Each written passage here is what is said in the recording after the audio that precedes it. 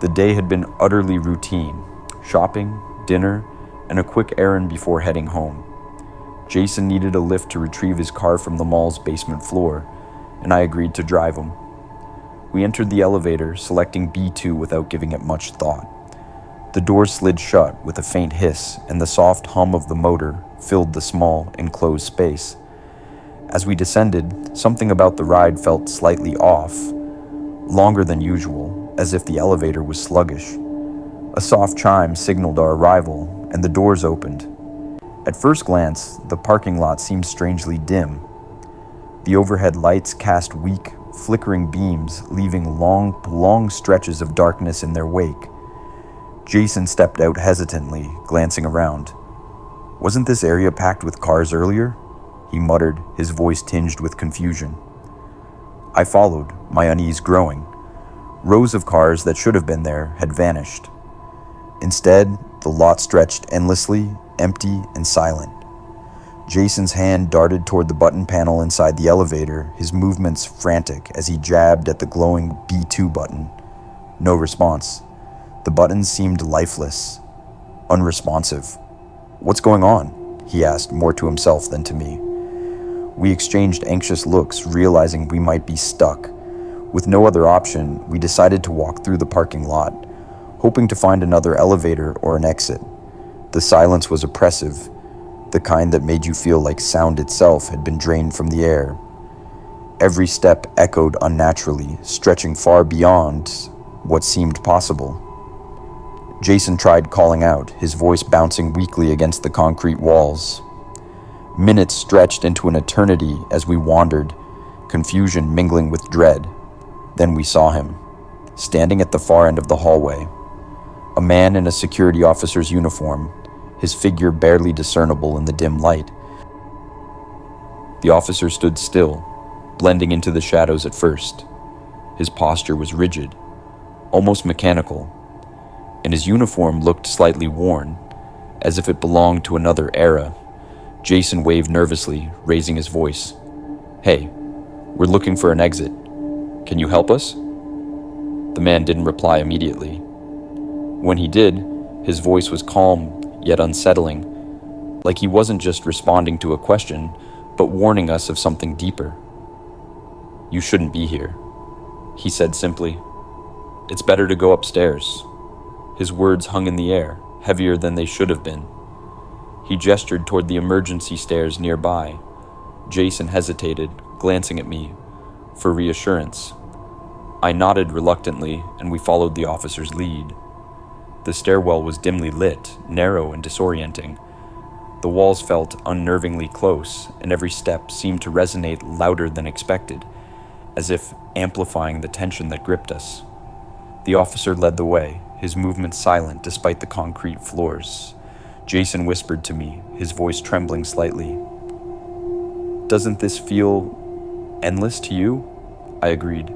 Each turn of the stairwell looked identical, as though we were trapped in a looping maze. The faint hum of fluorescent lights overhead only added to the surreal atmosphere. Finally, after what felt like an eternity, the officer gestured toward a door at the top of the stairs. "Go through here," he said firmly. His tone carried a finality that stopped us from questioning. Jason pushed the door open, and we stepped into another parking lot, brightly lit and bustling with cars. The stark contrast took me a moment to process. It was as though we had been plucked from one reality and dropped into another. "Thank you," Jason began, but when we turned to address the officer, he was gone. No sound, no trace, just an eerie absence. Jason called out repeatedly, scanning the stairwell and the lot, but he was nowhere to be found. As we stood in the bustling parking lot, the stark normalcy of the scene felt like a cruel joke. Jason pointed toward his car, parked exactly where he had left it. "Everything's back to normal," he muttered, his words hollow. I couldn't bring myself to agree. The air was heavy, and my instincts screamed that this wasn't over. Determined to make sense of it all, we retraced our steps toward the emergency stairwell, hoping to find answers, or at least a trace of the officer who had guided us. But as we reached the door, it was sealed shut. as though it had never been used. The unsettling feeling in my gut grew stronger. Jason hesitated, glancing around nervously. "This doesn't make sense," he said, his voice barely above a whisper. Just as we were about to leave, a soft rustling sound drew our attention. From the shadows, an elderly janitor emerged, pushing a rickety cart filled with cleaning supplies. His face was lined with age, and his eyes held an expression that seemed to pierce through our unease.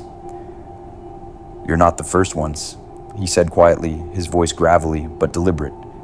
Jason stiffened. "What do you mean?"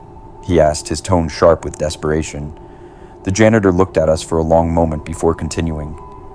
"The basement floor you found, it's not on the plans. Never has been. But people stumble onto it, always by accident." He paused, lowering his voice. "And when they do, they never come back the same." My pulse quickened, and I struggled to form words. "What happens to them?" I asked. The janitor shook his head slowly. "Some get out, like you. Others..." His voice trailed off, but his expression said enough. "You should leave. Forget about it. The more you think about it, the more it'll pull you back." Jason started to argue, but the janitor raised a hand, silencing him. "If you're smart, you'll take my advice. Leave it alone." Without another word, he pushed his cart down the hallway, disappearing into the shadows as though he had never been there. We left the mall in silence, but the janitor's words echoed in my mind. Forgetting seemed impossible. The experience clung to me like a shadow, always present in the corners of my vision. And yet, a part of me couldn't help but wonder what would have happened if we'd stayed longer on that lost floor